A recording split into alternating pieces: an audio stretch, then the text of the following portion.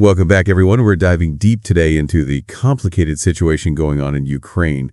We're going to be focusing on some really interesting developments in U.S.-Russia-Ukraine relations.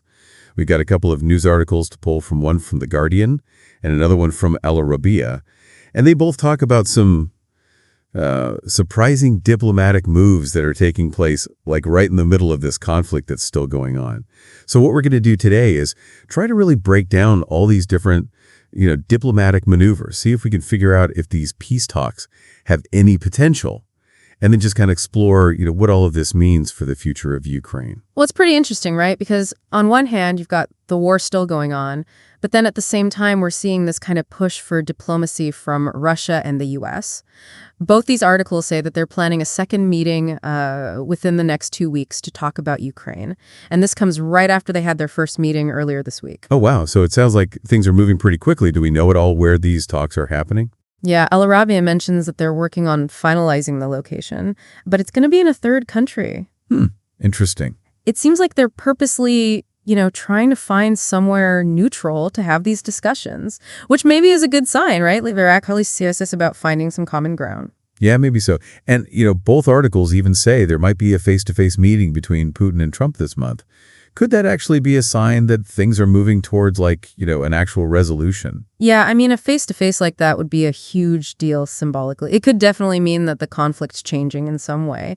But we have to remember that just because something looks good on the surface doesn't necessarily mean it'll actually lead to any real change. Right. Good point. Okay, so we've got these talks going on. But then at the same time, The Guardian's article talks about some tension between the U.S. and Ukraine. They say that Trump's been publicly criticizing Zelensky, even calling him a dictator. And he's even suggesting that Ukraine shouldn't have gotten involved in the war in the first place. Yeah, that's not good. I mean, when Trump says things like that in public, it could really weaken Zelensky's position, both within Ukraine and on the world stage, which obviously doesn't help him when he's trying to negotiate. It also makes you wonder how committed the U.S. really is to supporting Ukraine. Like, are they only willing to help if Ukraine does exactly what they want? And it definitely sounds like they're expecting something in return for their help. The Guardian article says that Trump's pushing for this deal where Ukraine would give the U.S. special access to their rare earth minerals in exchange for aid. They say Zelensky's not too keen on the idea.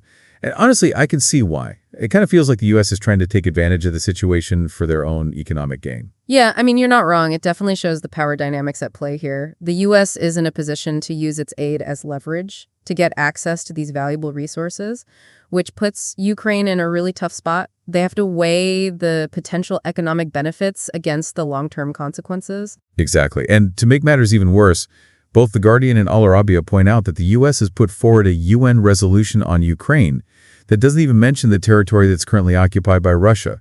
Isn't that a pretty big thing to leave out? It is, yeah. Not mentioning the occupied territories really raises questions about what the U.S. is willing to concede in a peace deal. Are they prepared to basically hand those territories over to Russia? If they are, Ukraine and its allies are not going to be happy about it. Definitely not. Speaking of allies, The Guardian says that a huge majority of people in Britain, like 62%, believe that Ukraine should be allowed into NATO. So there's definitely a lot of public support for Ukraine in the UK.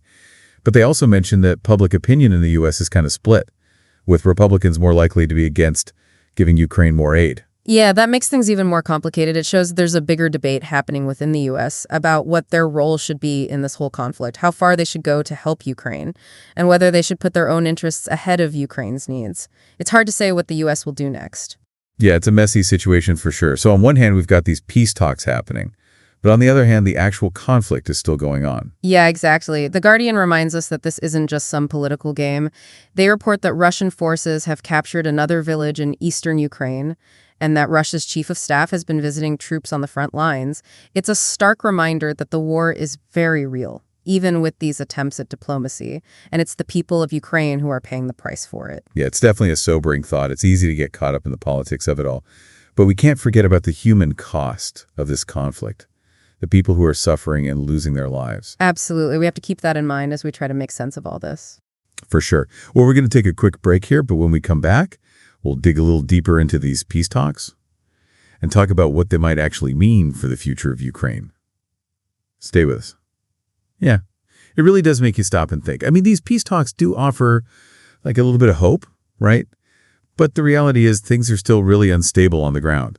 But okay, so let's talk more about these peace talks. Do you really think they have any chance of actually working, given all the stuff we've just been talking about. Well, I think it's a good sign that Russia and the U.S. are at least talking to each other. It shows that they both know they need to find some kind of agreement.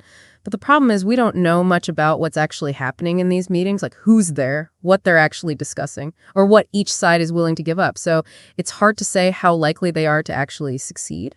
Right, yeah. And the Guardian article mentions that Russia's demanding what they call visible shifts in U.S. policy before they'll even consider talking about things like, strategic stability and arms control.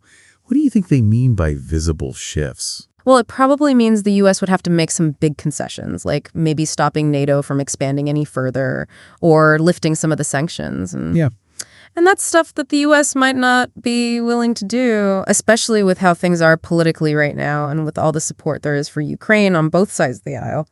And then there's Trump himself. He can be so unpredictable. Like one minute he's praising Zelensky, and the next he's calling him a dictator. Yeah, that's definitely a big wild card in all this. Like, how can anyone actually negotiate with someone who changes their mind all the time? It makes it really hard for anyone to trust him and to feel like they can actually build a lasting agreement. Right, exactly. So it sounds like even though these talks are happening, there is still some major hurdles to overcome.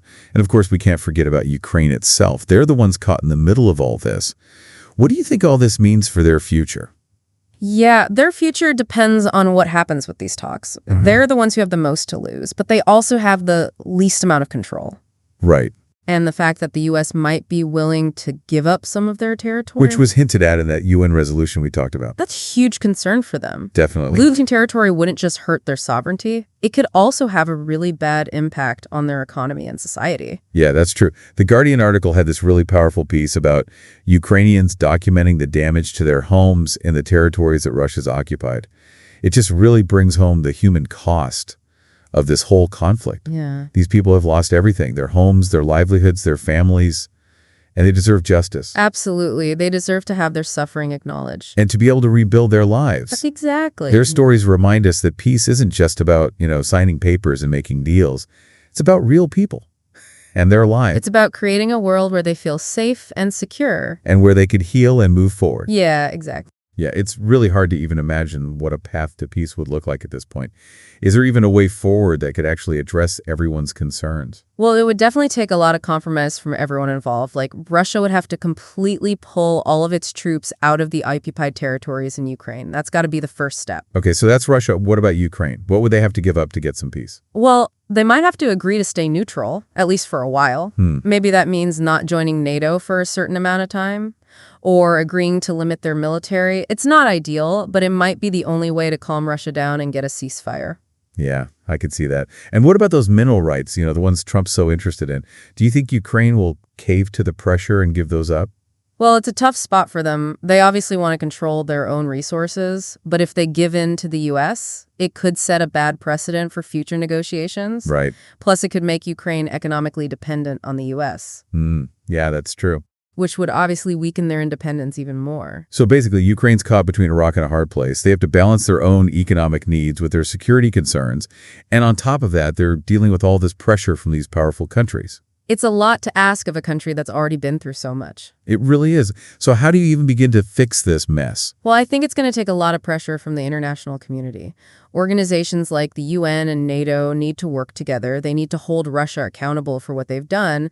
But at the same time, they need to keep talking and looking for diplomatic solutions. So it's like walking a tightrope. You have to condemn the aggression, but also promote peace. Exactly. But it really does feel like diplomacy is the only way out of this. The alternative is just too scary to think about. Yeah, I agree. The stakes are incredibly high here, not just for Ukraine, but for the whole world. This conflict could easily spiral out of control and become something much worse. And we have to remember, peace isn't just about stopping the fighting. It's about creating a just and stable world where people can rebuild their lives and communities. That's a really important point. So as we wrap up our deep dive today, what's the one thing you'd like our listeners to take away from all this? I'd say try to look beyond the headlines and think about the long term. What would a real, lasting peace in Ukraine look like? What kind of political and economic systems would they need to have in place to make sure everyone is safe and secure? And maybe most importantly, what can the rest of the world do to help create those conditions and to prevent conflicts like this from happening again? Those are some really great questions to think about. And for anyone who wants to learn more about all of this, I'd recommend looking into the history of U.S.-Russia relations and Ukraine's place in the world. It's a really complex but fascinating story, and it helps explain a lot about what's happening today. Well, that's all the time we have for today. Thanks for joining us on this deep dive, and until next time, keep learning, keep asking questions, and keep searching for the truth.